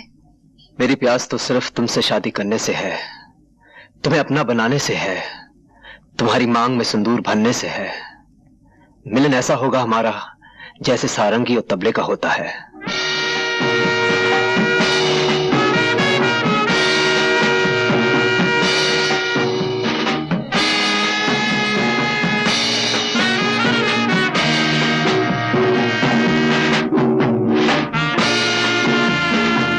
ये मिलन जरूर होगा शक्ति सिंह। मैं अपना हुस्न, अपनी जवानी, जो कुछ भी मेरे पास है, सब कुछ तुम्हारे कदमों में रख दूंगी। लेकिन इससे पहले तुम्हें मेरे लिए एक छोटा सा काम करना होगा। तुम काम बोलो मुन्नी बाई, तुम्हारे मुंह से जो बात निकलेगी पूरी की जाएगी। मैं चाहती हूँ एक बार, सिर्फ एक बार रवि को मेरे सामने खड़ा कर दो। उसके हाथ और उसके पांव पर इख्तियार तुम्हारे होंगे, लेकिन इसके जान पर हक सिर्फ मेरा होगा, सिर्फ मेरा। समझ लो मुन्नी भाई, तुम्हें तुम्हारा हक मिल गया।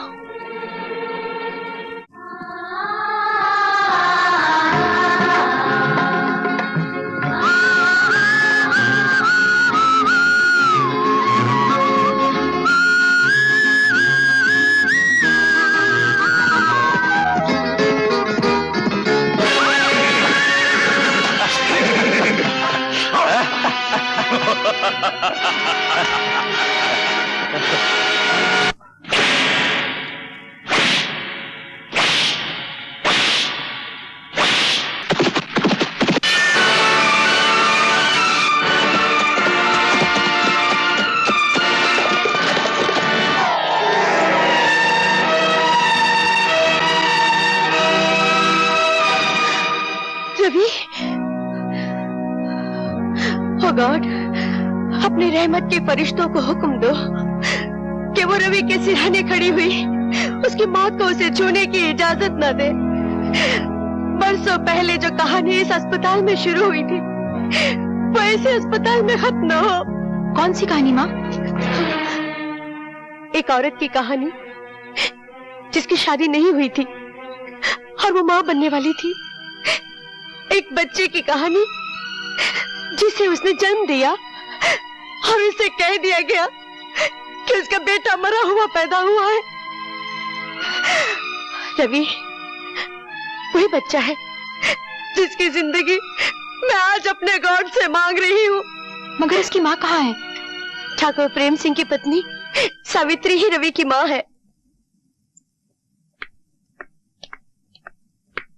किसकी मंगल कामना करने जा रही हैं आप?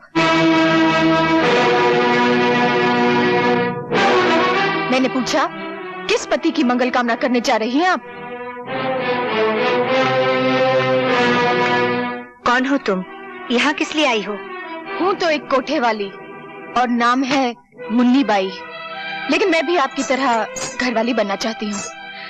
इसीलिए आज करवा चौथ के दिन आपके दरवाजे पर 2 चुटकियां सिंदूर की मांगने आई हूँ। अपने पांव में बंधे हुए घुंघरू को देखो और फिर मेरे मंदिर जैसे घर पर नजर करो जहाँ तुम इस वक्त खड़ी हो। आप भी अपने गले में पड़े हुए खानदानी 9 लखे हार को देखिए जो आपके बेटे राजेश ने एक दिन मेरे गले में डाला था, और फिर इस सुहाग के जोड़े पर नजर डालिए जो आपका दूसरा बेटा रवि खुद मेरे पास लेकर आया था। मैं आपके पास आज इसलिए आई हूँ कि आप अपने दोनों बेटों की शादी मुझसे करा दें। विश्वास रखिए, मैं उन दोनों की जिंदगी स्वर्ग बना दूंगी। चुप हो जाओ, शर्म नहीं आती तुम्हें ऐसी बातें करते हुए? मुझ जैसी बहू को 2 शादियां करने में शर्म कैसी, जब आप जैसी सास को शर्म नहीं आई एक शादी के बाद दूसरी शादी करते हुए? क्या बकवास कर रही हो? थोड़ा सा दिमाग पर जोर डालिए और याद कीजिए, एक विजय नाम का शूरवीर आपकी जिंदगी में आया था। ये झूठ है। तुमने और विजय ने चुपचाप शादी कर ली थी, क्या ये भी झूठ है? तुम्हारी एक औलाद भी हुई थी, क्या ये भी झूठ है? जिसे डॉक्टर और तुम्हारे बाप ने मरा हुआ करार दिया था, क्या ये भी झूठ है? क्या चाहिए तुम्हें? सबसे पहले मुझे ये खानदानी 9 लखा हार चाहिए जो अब भी आपके गले की शोभा बना हुआ है, और फिर वो तमाम जेवर चाहिए जो आपने अपने आने वाली बहुओं के लिए तिजोरी में बंद कर रखे हैं। खबरदार मुन्नी भाई, अगर इस हार को हाथ लगाने की कोशिश की तो तुम्हारे हाथ काट दूंगा। जिनके घर शीशे के होते हैं वो दूसरों के घरों पर पत्थर नहीं फेंकते ठाकुर साहब। अगर हाथ काटने ही है तो अपनी बीवी के काटिए जिसने आपकी नाक कटा रखी है, जिसने आपको धोखा दिया है। निकल जाओ यहाँ से।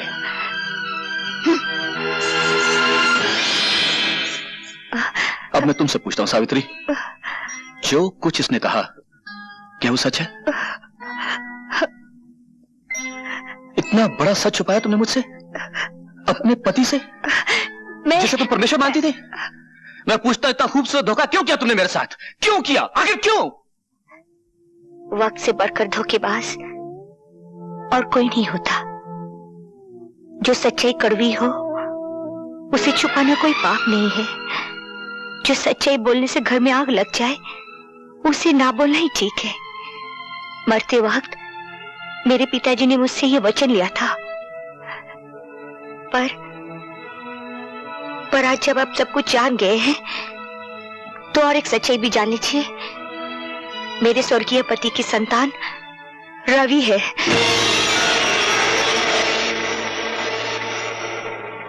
पर मैं आपके चरणों की सौगंध खाकर कहती हूँ, ये जानती हुई कि रवि मेरा बेटा है, मैंने उसे आज तक बेटा कहकर पुकारा नहीं। माँ के सामने बेटा हो और माँ उसे गले से ना लगाए, ये कोई छोटी बात नहीं है। बड़े बड़े कारनामे हैं तुम्हारे, छोटा काम तो तुमने कभी किया ही नहीं ना। मेरे बेटे राजेश को जानबूझकर इतना प्यार दिया कि वो गलत रास्ते पे चला जाए।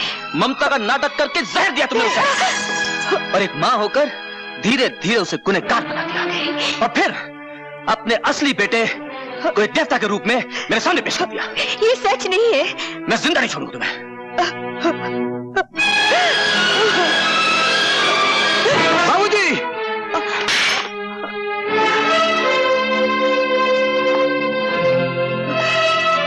उठो मां।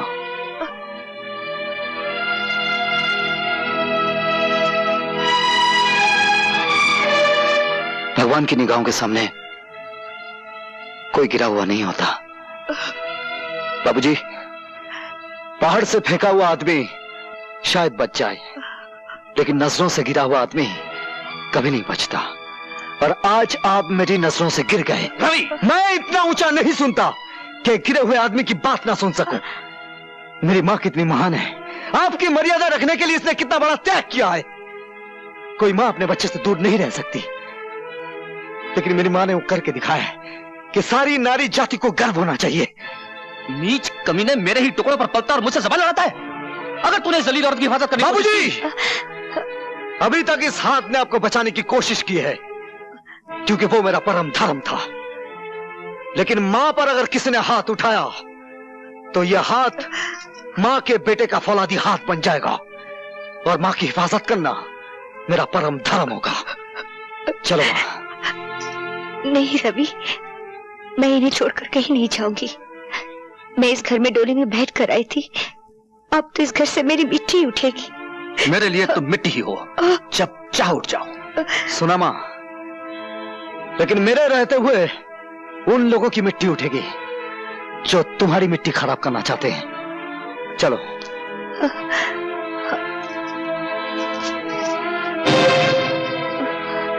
क्षमा और दया का दान तुम्हें इन दरवाजों से नहीं मिलेगा मां। इस खानदान की तो यह रस्म है कि जख्मों पर मरहम ना लगाया जाए, पहले उन पर नशा चलाया जाए, बाद में नमक छिड़का जाए। आओ आओ।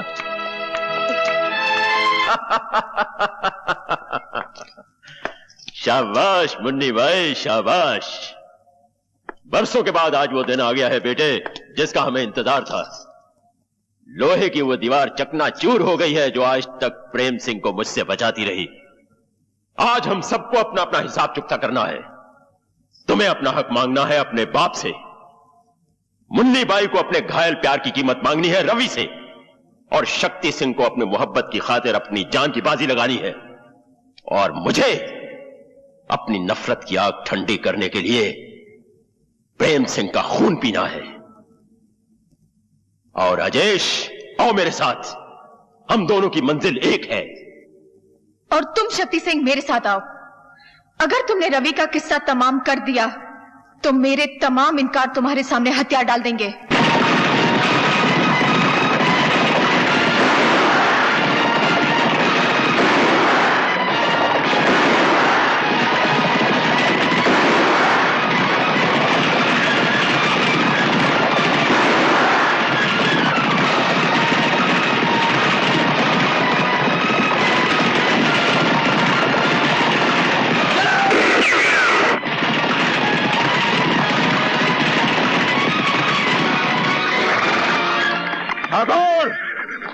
बाहर निकल और सामना कर अपनी मौत का, जिसने तुझे बरसों ढूंढा है और आज तेरे दरवाजे पर आ पहुंची है।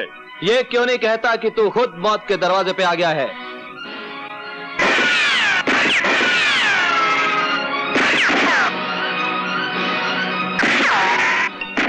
राजेश, हवेली के अंदर से सिर्फ एक बंदूक आग उगल रही है। तुम हवेली के चप्पे चप्पे से वाकिफ हो, हवेली का खुफिया रास्ता बताओ। रवि, आज फिर किसी जगह जुल्म की आंधी उठी होगी, किसी सुहागन का सिंदूर खतरे में पड़ गया होगा। बेटा, तू जल्दी जा, जल्दी जा।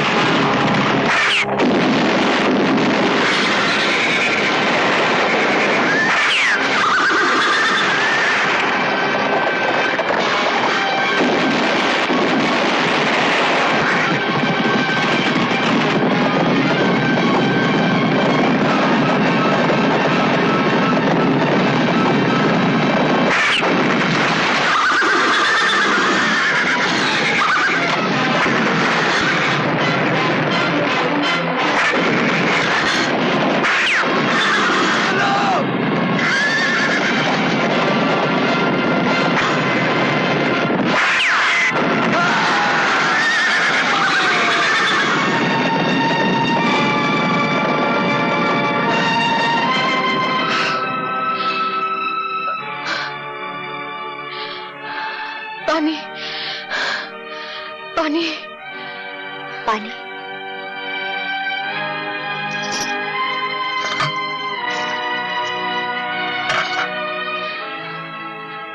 पानी। उठो बेटी, ये लो, पानी पी लो।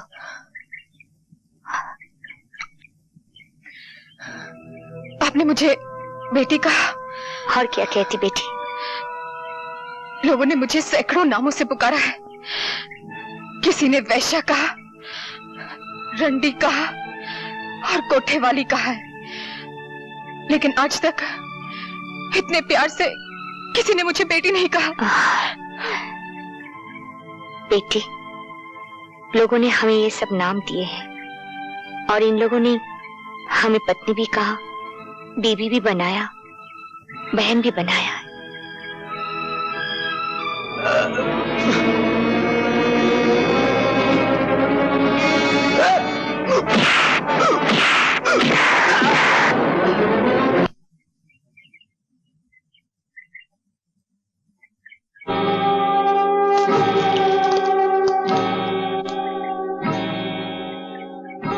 ठाकुर, याद है मैंने तुमसे कहा था कि तुमने मेरी एक आंख ली है, तुम्हें अपनी दोनों आंखों के साथ साथ जान से भी हाथ धोना पड़ेगा। कहां है तुम्हारा वो परम धर्म वाला जिसके बलबूते पर तुम इतना उछलते थे? इंतकाम की जो भट्टी मैंने अपने सीने में परसों से तपाई रखी है, मैं चाहता तो था कि उसके अंगारे अपने हाथों से तुम्हारे बाप के मुंह पर उड़ेल दूं। क्योंकि मैंने तुम्हें अपना बेटा कहा है, इसलिए यह हक मैं तुम्हें देता हूं।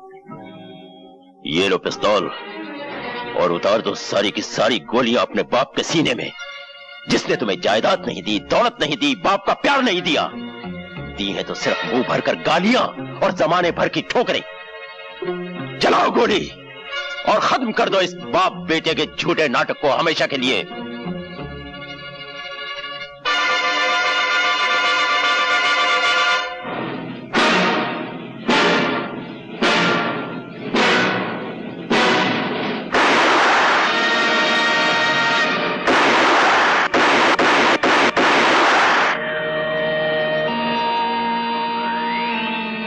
तुम्हारे हाथ क्यों कांप गए? सांस क्यों उखड़ गई? हाँ? ओह, समझा।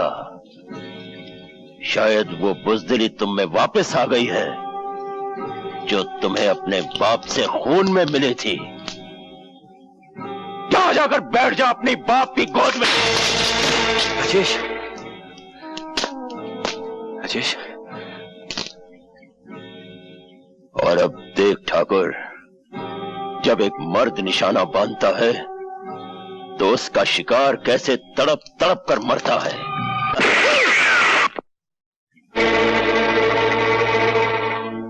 एक आंख के अंधे, अपने दोनों कानों से सुन, यह तेरी तीसरी और आखिरी गलती है। अब की बार मैं तुझे माफ नहीं करूंगा। अपने कुत्तों से कह दे अपने बंदूकें फेंक दे, वरना एक गोली तेरे सीने में उतार दूंगा। बंदूकें फेंक दो।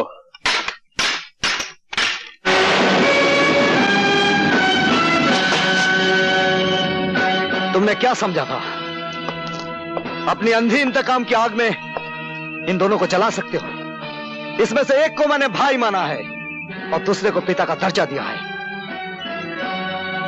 अबे ओ 2 नंबर के बेटे, तू ये कैसे भूल गया कि इसने तेरी मां को धक्के मारकर घर से बाहर निकाला था और इसी ने कहा था कि तू इसका नहीं, किसी राहगीर का तोहफा है। मैं एक बहादुर बाप की यादगार हूं जिसने अपनी जान दे दी सुहागनों को बचाते हुए। ये मेरे पिता ना से ही, लेकिन मेरे मां के सुहाग हैं और उनके सुहाग को बचाना मेरा परम धर्म है।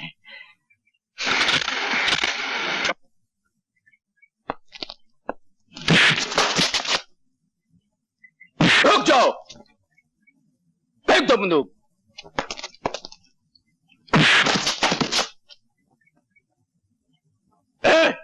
बांध दो इन हरामखोरों को। मैं तुम्हें मामूली मौत नहीं मारूंगा, मैं तुम्हें जिंदा जला के मारूंगा।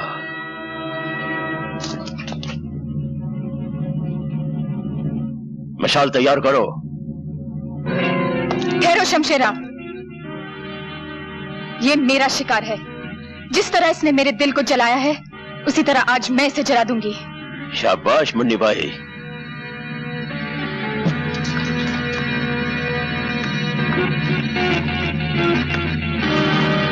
रवि, जला दे जलाने वाले को।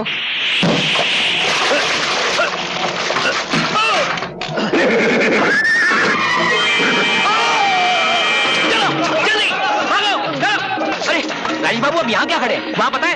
ओह, सामने किला को बांधा किसने? अरे शमशेरा ना, और किसने? शमशेरा, पूरा वक्त आ गया तेरा।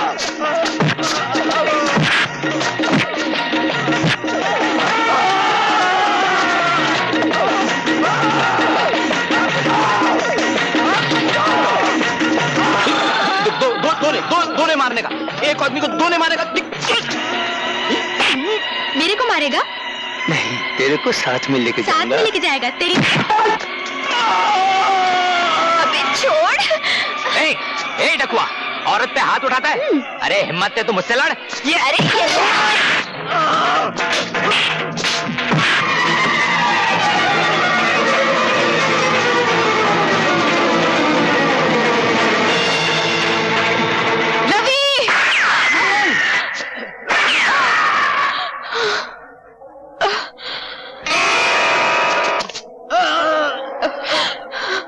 रवि, तुमने मेरी मौत अपने सर पे क्यों ले ली?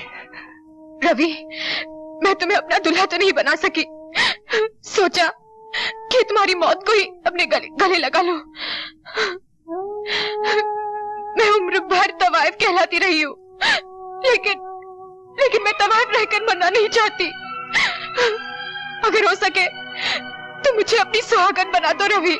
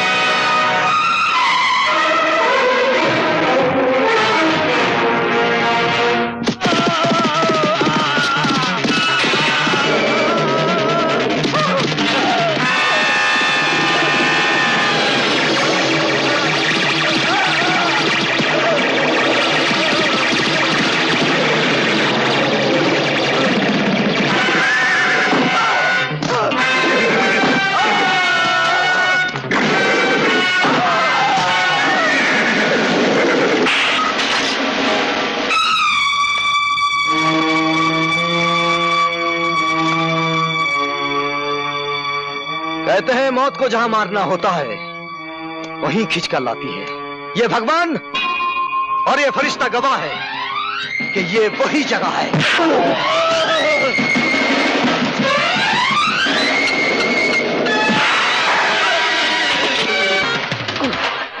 वही दिन है।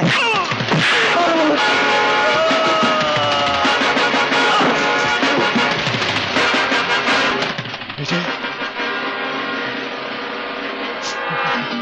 विजय, नहीं, नहीं विजय, विजय।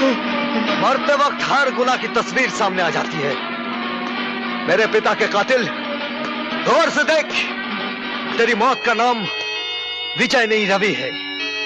फर्क सिर्फ इतना है कि मेरे पिता की आत्मा मुझ में समा गई है तेरा नाश करने के लिए।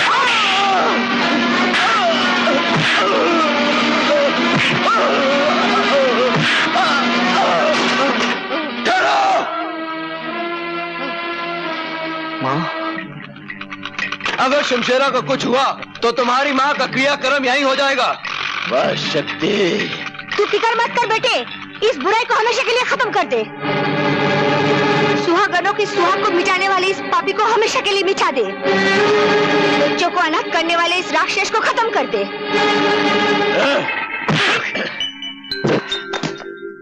तूने ठीक ही कहा था हरामी की औलाद, ये वही जगह है,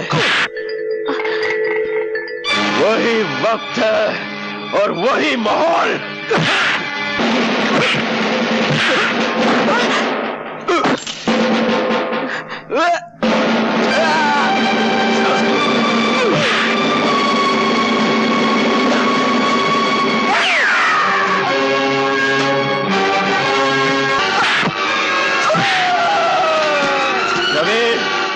विजय के पिल्ले, अगर तेरा कोई भगवान है तो बुला ले उसे मदद के लिए, क्योंकि अब ये शैतान तुझे जिंदा नहीं छोड़ेगा।